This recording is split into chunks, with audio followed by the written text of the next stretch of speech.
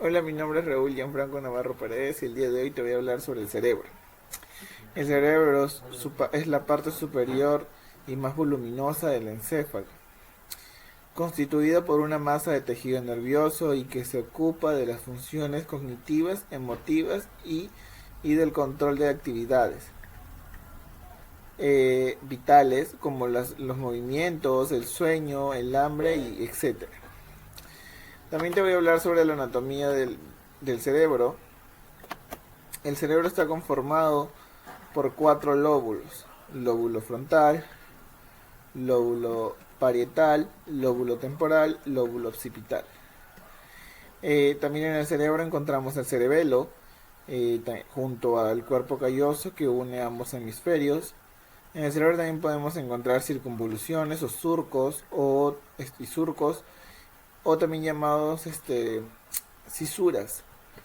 Eh, Podemos encontrar el surco central, que también es llamado la cisura de Rolando, el surco lateral, la cisura de Silvio, el surco parietocipital.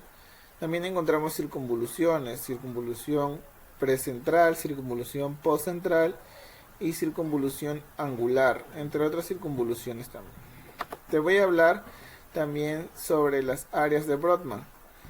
Eh, las diferentes áreas de Brodmann se encuentran en una zona específica del cerebro, es decir, en cada zona primaria, secundaria y terciaria.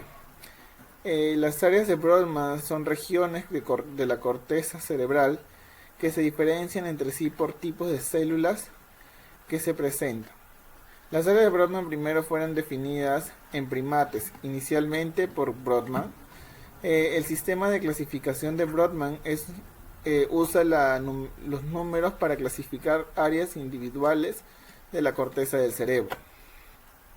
Eh, Vamos a hablar de la zona primaria o de proyección. Corresponde a las zonas corticales que reciben la información modulada por los órganos sensoriales externos como la vista, el oído, gusto, tacto y olfato, e internos como sensibilidad y ceptiva. Las áreas motoras que controlan directamente y las áreas motoras que controlan directamente los músculos del cuerpo. Presenta una correlación muy intensa con las zonas anatómicas que controlan, por lo que todo aumento corporal te corresponde con un aumento paralelo a estas áreas de control. Las áreas de Brodmann que pertenecen a esta zona es la 1, 2 y 3, 4, 17, 41 y 42. Zona secundaria o de asociación se considera que presenta alguna especificidad modal, es decir, que representa un centro de procesamiento de mayor nivel para la información sensorial específica que llega a la área primaria. Recibe información de sus correspondientes áreas sensoriales primarias. Es aquí donde se va a dar sentido a la información. Por ende, es donde se va a producir la percepción. La percepción es un proceso mental que organiza las sensaciones y las integra en una unidad que hace que un objetivo pueda ser identificado como distinto de los demás. El proceso va desarrollado a una medida en el que se asimila las estructuras de espacio-temporal y se perfecciona los procesos de diferenciación. Es donde se va a producir la percepción. Áreas de Brodmann que pertenecen a esta zona es la 2, 5, 6, 7, 8, 18, 20, 21 y 22. Zona terciaria o de asociación. Se sitúa a los bordes de la zona secundaria anterior y ella se desaparece en toda la actividad modal, es decir, sensorial o motriz directa.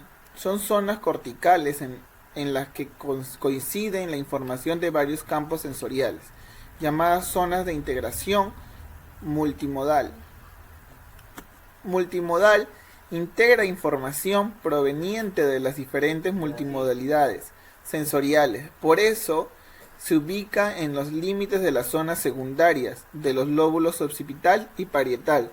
Son regiones sin especificidad modal, características del hombre de un último desarrollo en la maduración antogenética, complementándose su maduración a los 7 años de edad. Formadas por nervios sin conexión directa directa de los órganos de los sentidos con los músculos. También comunicarse entre zonas, por ello se llama zona de asociación. En estas regiones se encuentran las facultades más elevadas de memoria, razonamiento, aprendizaje, imaginación y personalidad. En cierto modo, la zona terciaria integra todos los impulsos que constantemente llegan al encéfalo. Interpreta y examina símbolos y palabras que toman nuestro pensamiento. Funcionamiento importantes. Cumple papel esencial en la conversación de la percepción en los pensamientos abstractos. Zona terciaria están íntimamente ligadas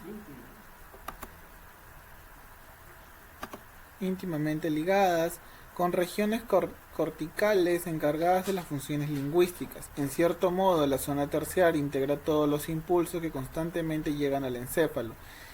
Interpretan y examinan símbolos y palabras que forman nuestro pensamiento. Tienen la tarea de convertir los estímulos sensitivos en imágenes y comprender su significado. Áreas de Brodmann que pertenecen a esta zona es la 9, 10, 11, 12, 13, 14, 19, 21, 22, 23, 24, 44, 45, 46, 47, 39, 40, 37, 38 y 28.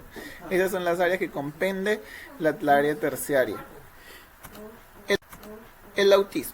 ¿Qué es el autismo? El trastorno de espectro autista es una enfermedad relacionada con el desarrollo del cerebro que afecta de manera en la que una persona percibe y socializa con otra persona, lo que causa problemas en la interacción social y la comunicación. El trastorno también comprende patrones de conducta restringidos y repetitivos. El término espectro en el trastorno espectro autista se refiere a un amplio abanico de síntomas y de gravedad. Por genética, varios genes diferentes parecen estar relacionados con el trastorno del espectro autista.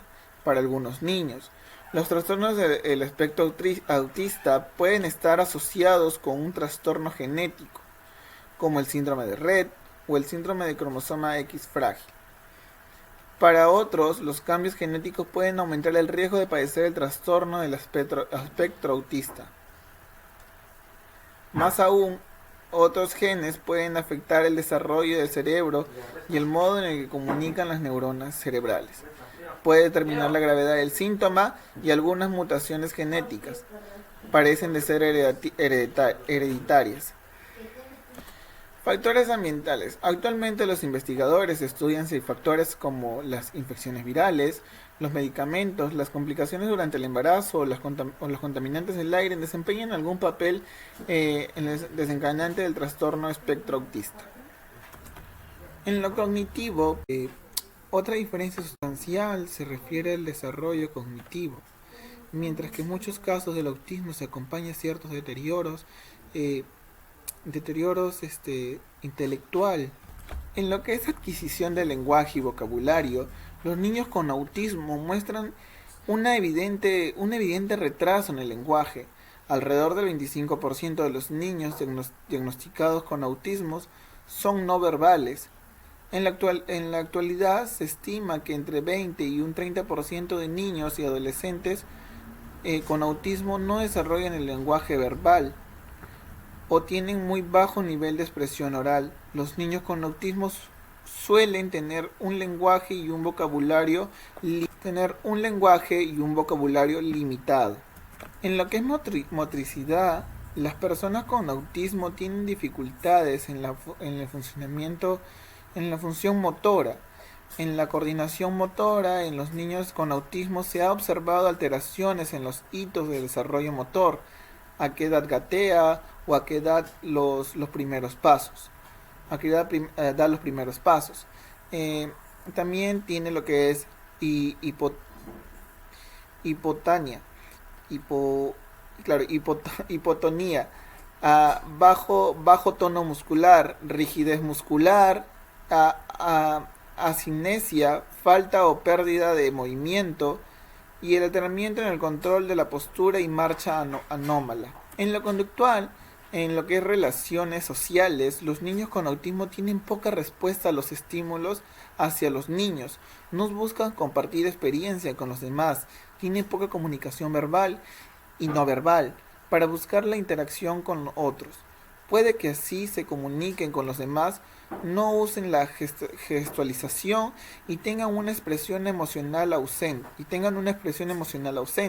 Además, presentan prestarán menos atención a las manifestaciones emocionales de los demás. Bueno, eso sería todo. Así concluiría con mi exposición de hoy y espero que le haya gustado. Gracias.